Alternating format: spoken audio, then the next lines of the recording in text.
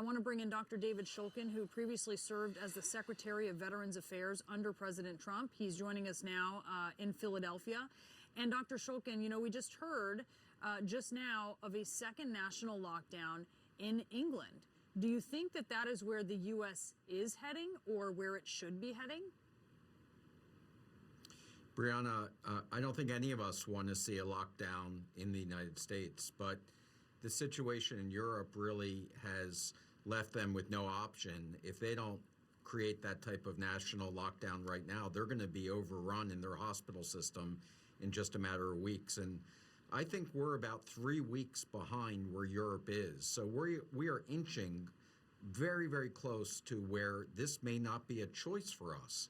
And frankly, right now is the time for us to be acting. We need to have a national public health response. There needs to be a national mandate in terms of mask wearing, social distancing, limiting the gatherings that we're still seeing happening around the country. And without such rapid and swift action that we need to take right now, I'm afraid we are going to be in a situation where that's exactly where we may be headed in about 3 weeks, right as we get to a Thanksgiving holiday for this country.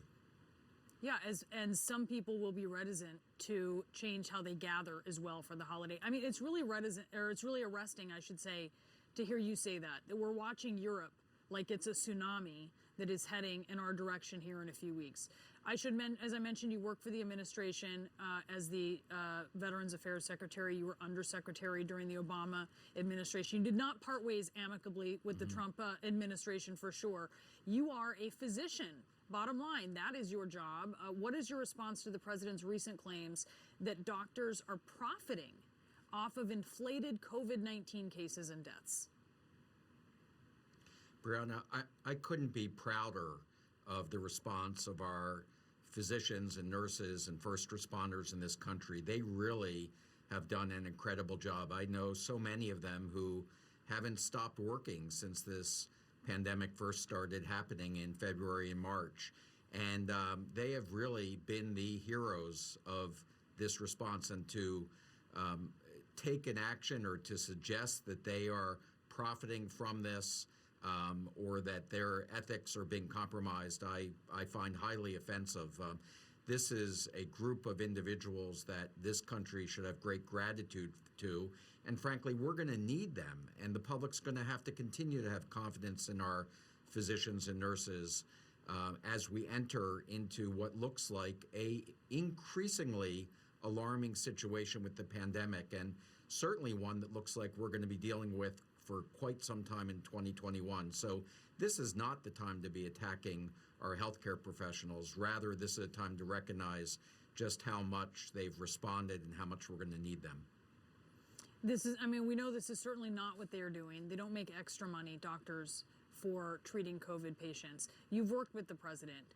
Do you think that he is knowingly lying about that? Well, you know, it's hard to know. This president gets his information from, friends and other sources and is highly influenced and sometimes or often doesn't take the time to really understand the real situation. So I'm not going to assign intentions to this president, but I do know that this is not the right message in the middle of a pandemic. And in fact, the message that we need coming out of leadership and coming out of the White House is one saying that we are looking at a very scary situation right now. We have to rely upon our health professionals. We have to listen to them, and we have to have a national response. We can't continue to just watch thousands of Americans die, projections that thousands more will die if we don't take swifter action. So this is a true public health emergency, and we need our officials to be acting that way.